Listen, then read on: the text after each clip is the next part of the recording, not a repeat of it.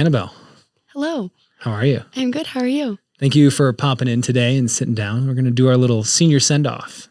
Thank you for having me. Yeah. So you are the first one, so all the pressure.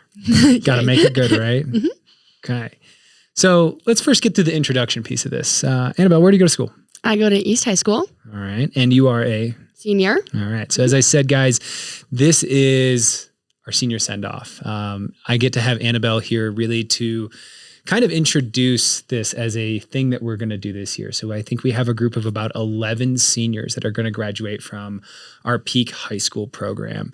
And Annabel, you've been here for 2 years, almost 3 years now, I think. Yes. And I think that over COVID and like all of the stuff, like a lot of ups and downs, but we tried to keep Peak a constant. And for me, putting this project together is more about giving you guys something to look back on in 4 years, about what you went through in high school, but also like the impact of running. I feel like running is an important part of your life. For sure. But also at the same time, it's one of those places that we get to learn, right? We learn something through the sport of running. And so I wanted to capture that kind of 4 years of, your running, your training, and all that comes with it. So we know where you go to school. When did you start running?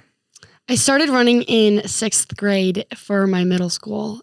And yeah, it was an amazing experience. That's where I really kind of developed my love for it. So 6th grade, where'd you go to school then? Was you here in Denver? Yes, it was in Denver. I went to Good Shepherd. It was a Catholic school. Okay. And then you moved over to East, big school. Big school. It was a little bit of a culture shock, but yeah, it was really fun. So did you have a pretty big graduating class too, 700-ish? Yeah, I think it was like 650 or Okay. it is 650. So that's a lot of kids. Yes. So that means you got a pretty big cross country team.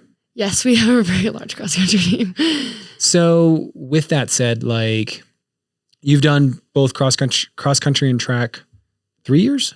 Did you? I've actually never run like a full track season. Never done a full track season. So freshman year I did soccer. Sophomore year I did soccer. Junior year I did rowing. And this year I sort of have been running track, but also just kind of, I don't know, messing around. I just kind You've of got a big goal. Fun. We'll get there. I know what you want. We've talked about this. So when we think back, 6th grade, little Annabel, that little young version of you, what was running like then?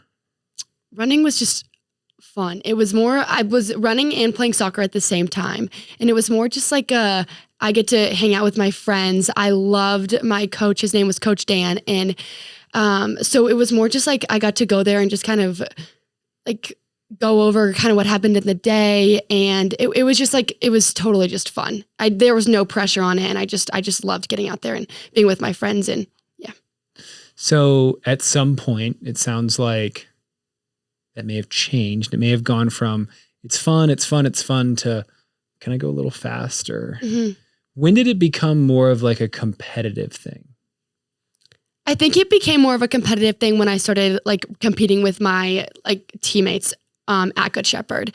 I think that it's always been fun. It still is fun and it probably always will be. But once I realized that like I could race people and people were around me that like kept beating me or that I like kept beating, but now we're kind of jumping up. I was like, oh, like this is getting competitive. Nice. But I've always had like a very competitive edge. So I've always, I don't know, like fun and competitive kind of are in the same wheelhouse for me. Okay. So it first maybe started as competing against other people. For sure. And then it is competing against other people. But for better or for worse at times. Yes. Right? Exactly. Well, and I think that's something we can get into, like when you sit down and talk, with when you think back, like you probably had a rival. Oh, for sure. Every year. Every year. It was always one different, which that was interesting. But sometimes that can be really good. Sometimes it can be really tough, right? I think that's like very important, a very important piece of running. Yeah, you got to have a competitor. You got to have a rival, or it's not fun. Right? You gotta be able to really kind of compete. So if you had to think back, like your favorite memory, like from 6th grade to now as a senior, in that 6 years, is there like one moment that you think back and I'm like, I think that's my favorite moment in running? I think that there's two, one from middle school and one from high school. My favorite one from middle school was, again, with my Coach Dan. I really started loving running because or one of my like most vivid memories of him was just, he was this very sweaty person. He would come to practice. He would run to practice every day. It was like 2.3 miles from his house. And he would just come and he would be dripping in sweat, regardless of if it was like snowing or like 90 degrees outside. And so my favorite memory was all the boys would always grab the leaves on the trees when we would run past them. And after practice, we would be stretching, and all the kids that grabbed the leaves from the trees, he would come over and just sweat on top of. So that was my favorite memory from middle school, is just watching Coach Dan sweat on all these like very immature middle school boys. It was awful, but so funny. And then my favorite memory from high school was definitely this year. Ellison and I we didn't love the like environment that the past seniors had created. And so we just made it our goal to kind of bring the team together and just really bond with our coaches and again, our teammates. So my favorite memory was probably just like our potlucks that we set up, or like making bracelets with them. Just like the racing community, the running community just became so much closer. Yeah. And I really, really enjoyed that. Just kind of creating that like really big connection, right? Absolutely. Yes. I think that's really when teams go from like good to great. Like you may not even accomplish a ton, right? You may not win the state championship because you guys made bracelets. Right. But you have 4 years, 8 seasons to make memories, right? Exactly. And it's like you and another senior, so Ellison will be on this as well. You guys really came together and said, hey, we can do better. Where did that come from? Did you just look around, or someone was like, hey, can you guys help step this up? Or was it just kind of you guys looked around and saw a problem and was like, we can do better? Yeah, I'd like to give this to Ellison. I think she was like, let's make this team like she kind of rallied the crew, I'd say. She kind of got everyone together and was like, let's just make this an awesome season. So I think that's kind of where we kind of started getting our motivation. Again, we saw the seniors in the previous years and we didn't exactly like how the team environment was. So we also were motivated from just like the lack of, I guess, they were amazing people, but the lack of effort that they put into the team, we were like, okay, we can do better than this. Yeah. Yeah. And I think it's always one of those things, like you're a bunch of high school kids, right? You don't always know, but like when you look and I think you guys got a whole write-up this year as well in 5280 magazine do you want to share? I didn't know you got this. You didn't know you got this? No. So because of your like whole like scuba goggles and like your whole... Oh, yes. Okay. Yes. Yeah. Sorry. We got interviewed for that. Yes. Okay. So we took the team camaraderie, I would say, and kind of moved it to like more of a school thing where, I don't know, we created this game. It's called Assassin, and we got written up in the newspaper for it. And Share a little bit about what Assassin is. Come on. Okay. So it's pretty much when the entire grade would it was $10 to enter, and you got a target and you were with a partner, and I assigned the teams, and you would go and try and get your target pair out using like a little water gun. And then your protection was either swim goggles or swim floaties. And I don't know, it's still going on and it's very intense, but it's awesome. That's cool. Yeah. It brought the entire grade together. That's cool. Yeah. Awesome. I mean, hey, the newspaper took notice. That means something. Right? Yes. So let's change directions a little bit. We talked kind of like, your best memory. If you had to share what's been the hardest over the last 4 years, it could be running related. It could be outside of running. But I think sometimes that if things are hard outside, they can kind of come into running, or maybe like bodies changing or anything like that. Like, what do you feel like was the hardest part of your last 4 years?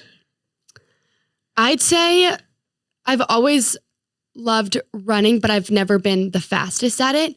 So I think that the hardest part has kind of just been like remembering that, like why I like to run. And I think that it's been really helpful for me to just kind of, I don't know. I've never been, I guess that like kind of switching my mindset to being like, this is something that you do for fun.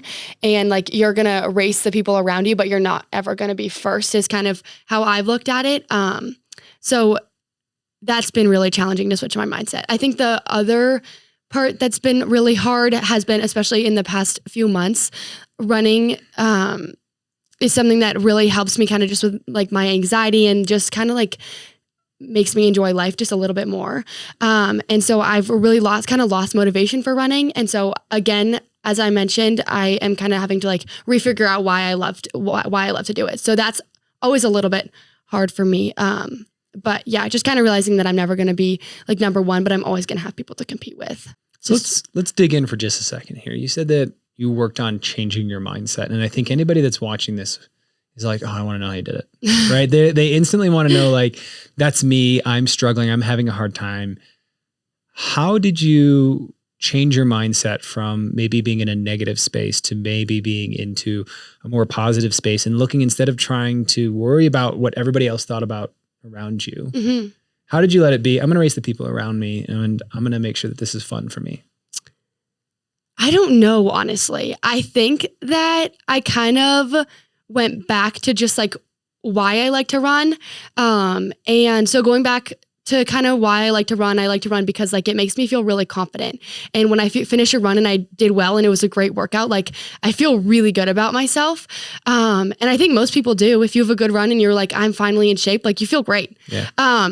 So I think that really helped me kind of motivate myself just to be like I feel great when I do this. So like keep doing it. And if you're not getting like the results that you want, like, okay, you're going to just keep working for it. I think that's probably where I kind of got my motivation back. Yeah. Try not to get frustrated too much by the fact that it's not there yet. It's not quite where you want to be yet. Exactly. So we talked about kind of one of the things that's been hard. What do you really love about running? I love how it makes me feel. Yeah. I love like a nice runner's high is awesome. Yeah. And I also just love like being in shape and feeling really fast. Those are my two favorite things about running for sure. I love it. I know that, we had talked a little bit before this of like, we wanted to make sure that this was kind of, as you said, like a letter to yourself in a way, right? We know that this is a little bit for posterity. So you can come back to this later and say like, wow, look how much I've grown. Mm-hmm. Or man, that's what I was thinking back then. Uh-huh. When you think back to it, and maybe you have somebody in your brain, or maybe you think of somebody, and maybe it's even the younger version of Annabel, mm-hmm. that 6th grade girl, or the girl that was at her lowest with her running. What do you wish you could tell that girl, that younger version of you? I wish I could tell her to not be so hard on herself. Running like has always been really fun for me, but I've always been like really hard on myself. So I wish I could have just like made it more of a fun thing. I also don't have like a runner's body. And I was always like very self-conscious of that. And so I think that I would tell her just like, it doesn't matter. It like you run for fun and you do it because you enjoy it. Like it doesn't matter what it looks like.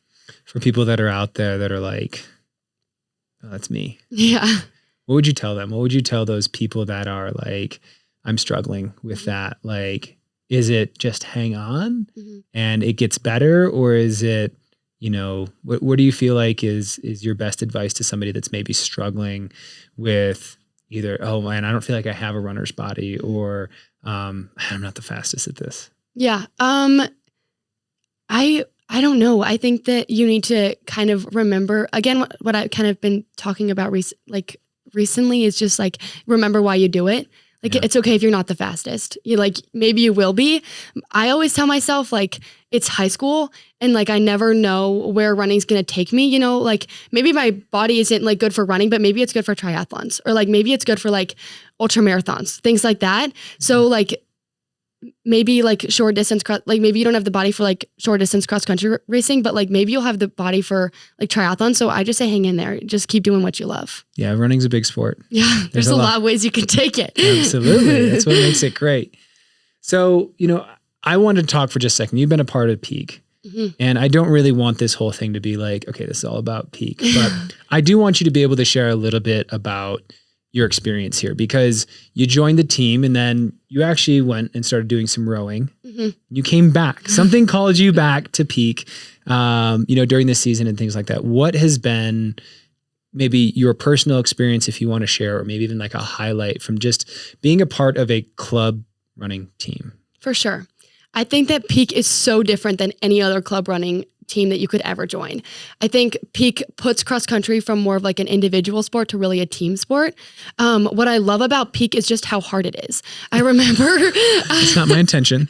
No, in a good way. It's hard because I don't know. Peak is awesome because you meet like, am I allowed to curse? Yeah. Okay, you meet total badass people here. Like only badass people join peak. So I love it because like you never go to practice expecting it to be easy. Nobody ever goes to practice expecting it to be easy. And so like throughout my time in running, like I've always wanted to just meet like total badass people, and peak is where I found it, you know? Like I joined rowing because I thought like there were more badass people in this world. And then I was like, no, like that's only at peak. So I don't know. I love it because it's really hard and it's really challenging. So for the people that are out there that are like, I'm not a badass. This is an intimidating place. Yeah. Do you feel like peak is a place that you can show up and actually just be yourself and be accepted? Or do you feel like, gotta have a little bit of badass in me? No, 100%. You can show up here. No, you do not need to be a badass to join peak, but you will become one. I love it. I'll take that.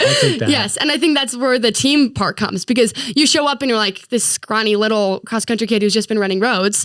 And then this whole big team comes in and is like, no, you can go do mountains. Like you're so strong. So it's awesome. That's awesome. I think when I think about it as a coach, like I think one of the things was just watching how much you enjoy running on trails. A very distinct memory that may involve some Nutcracker music. Easily my favorite memory. I'll share for just a second about Annabel is that I got to sit down and really we went out for a run and we were climbing up Green Mountain here in Lakewood, and it started to snow. And we got like 2.5 miles like up the mountain. And it was, I don't know, maybe 10 days from Christmas or something. And we were really feeling the Christmas spirit. And so we put on the Nutcracker on my phone. And I just remember I was just like, oh, these are like little sugar plum fairies. And we're just dancing down the mountain. And for me, it's been such a great memory. And I'm like, that's my like critical moment of like running with Annabel and all the other girls of peak. We have a really strong girls team. Mm-hmm. And I think for me, like one of the things that makes peak great, and I'll probably say this every single time I sit down and talk with some of our female athletes, is just how strong our female team is, but also how many different schools. Like that, I think is the coolest part of peak, is that when you go to a race, it's like a family reunion. It's awesome. Right? It's so fun. You get to go see everybody, and but you also get to cheer people on. I think one of my favorite moments is I think back to 2 twins that we had in the early days of peak, and they would go hold blocks for other people that were on the peak team. Mm-hmm. And people are like, why are you helping out this other team? It's like, oh, that's my teammate. And they're like, no, it's not. That's not. And they didn't get that. It's like, they're still my team. Like peak is still my team. And I think people really take ownership of like, peak is their team. Like peak is something that's special to them. Yes. So we're at the end of this thing. Mm-hmm. It flew by, didn't it? It did flew by. It's been like almost 18 minutes. Oh my goodness. Just flying. It's flying. So awesome. When it comes down to it, I think one of the big places that has maybe held a lot of anxiety for you, probably a big thought on a lot of your runs lately, has been, where am I headed? Yep. What am I doing? Where am I going? And I think a lot of people, when they hit senior year, the biggest place of anxiety for a lot of them is if they're going to run in college. Mm-hmm. Where's the coach that's talking to me? Like, do I have an offer? You know, have I made my official visits? If it's not that, they've got a big dream school. Mm-hmm. And I think for a lot of kids that are maybe in your position, and I think you dealt with this pretty, distinctly, was like, am I going to get into the big school that I want? Mm-hmm. And I know that's been a tough place, right? Absolutely. In a place that's probably made you question a lot about yourself over the last couple months. When it comes down to it, like, I want to hear from you, like, what do you want to do? Like, where are you headed? Where are you going? What are you doing? That's a really good question, and one I can't fully answer, but what does it look like? Like, if you had to look out and say, I think you said we talked just before this that you've been waitlisted at Michigan, the University of Michigan. Yeah. And your backup plan? I have a few. I don't like to fail. But I don't know. Sure. Getting waitlisted at Michigan was awful. And so I've had to kind of make myself excited about a few other opportunities. One of which is studying in London for my freshman year. Sounds awful. Yeah, I know. And then the other one would be going to the University of Wisconsin, which would be fun, but I hold a lot of stereotypes kind of against the University of Wisconsin just because I don't know. Maybe Maya, my past running friend who goes there now, is one of the stereotypes because she doesn't enjoy it. And we're very similar people, or she didn't enjoy it and we're very similar people. I don't know. I also think that it holds like a really large like party school feel, and I'm not much of a partier. So I'm not really sure. And then my third option, I guess, would be to potentially go to this school called Dearborn, or it's a satellite school of Michigan. And it's in Dearborn, Michigan. And I would transfer in January to Ann Arbor. So I'm not really sure, but lots of options, which is making it very overwhelming. But for sure, right? And sometimes you got to go figure those things out on our own, right? Yes. I think I would say that, if I had to give advice to you now here at the end, yes. It's absolutely do what you're doing right now. Just keep your options open, right? There are many ways to do what you want to do in life. I came into this world, I went to college to be an engineer. I'm now a coach, right? My path changed completely. And I would just say that to the Annabel now, and then the Annabel in 4 years. That's why we're doing this, is I want you to be able to look back and go, man, I was so focused on X, Y, or Z. I couldn't see the thing I really loved doing was right in front of me. So I'm excited for you. Thanks. I know you have all the options you have are fun and they're cool. You're going to go on and do some really amazing things. I do want to take this chance though, because this is one of those times when we actually get to thank some people. And I wanted you to be able to kind of think back to either your running or your school, and, you're going to go walk across the stage here soon, and, you're going to make that transition over to college. Who are the people, and maybe you can say thank you to them, that have been most pivotal? Oh my gosh. I could name a million. Well, first off, you. Oh, I think that, no, I'm serious, because I think that, I